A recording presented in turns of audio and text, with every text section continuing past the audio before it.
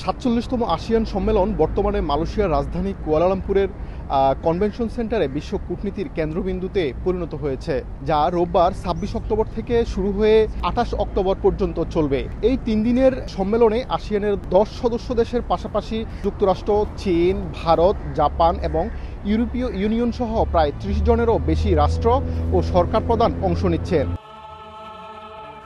সকালে সম্মেলনের উদ্বোধন করেন মালয়েশিয়ার প্রধানমন্ত্রী ও আসিয়ান চেয়ারম্যান আনোয়ার ইব্রাহিম। তার স্বাগত বক্তব্যে এবছরের থিম অন্তর্ভুক্তি এবং স্থায়িত্ব অনুসারে একটি আরও অন্তর্ভুক্তিমূলক ও টেকসই আসিয়ান ঐক্য গঠনের জন্য মালয়েশিয়ার আকাঙ্ক্ষা তুলে ধরেন। সম্মেলনে মার্কিন প্রেসিডেন্ট ডোনাল্ড ট্রাম্প উপস্থিত থাকলেও ভারতের প্রধানমন্ত্রী নরেন্দ্র মোদী ভার্চুয়ালি যোগ দেবেন।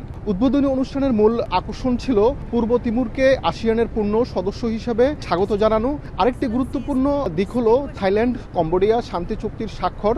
এছাড়া প্রধান আলোচ্য যে বিষয়গুলো রয়েছে তার মধ্যে মিয়ানমারের ৫ দফা ঐক্যমতের বাস্তবায়ন পর্যালোচনা, বাণিজ্য শুল্ক হ্রাস, আঞ্চলিক অর্থনৈতিক সহযোগিতা জোরদার এবং ফিলিস্তিন ইস্যুসহ বৈশ্বিক মানবিক সংকট। অন্যান্য গুরুত্বপূর্ণ আলোচনার মধ্যে রয়েছে আন্তর্জাতিক মুদ্রা তহবিল ও ইউরোপীয় ইউনিয়নের সাথে ম্যাক্রো অর্থনৈতিক চ্যালেঞ্জ ও সহযোগিতা নিয়ে আলোচনা। এছাড়াও ব্রাজিল ও দক্ষিণ আফ্রিকার মতো নতুন সেক্টরাল ডায়ালগ পার্টনারদের সাথে অর্থনৈতিক সম্পর্ক গভীর করা। সামগ্রিকভাবে এই সম্মেলনে নেতারা আঞ্চলিক সংহতি, এরপর অর্থনৈতিক স্থিতিশীলতা, মিয়ানমার সংকট, দক্ষিণ চীন সাগর বিরোধ এবং টেকসই উন্নয়নের মতো বিষয়গুলোতে একটি সম্মিলিত ঐক্যবদ্ধ অবস্থান তৈরি করার চেষ্টা করবেন।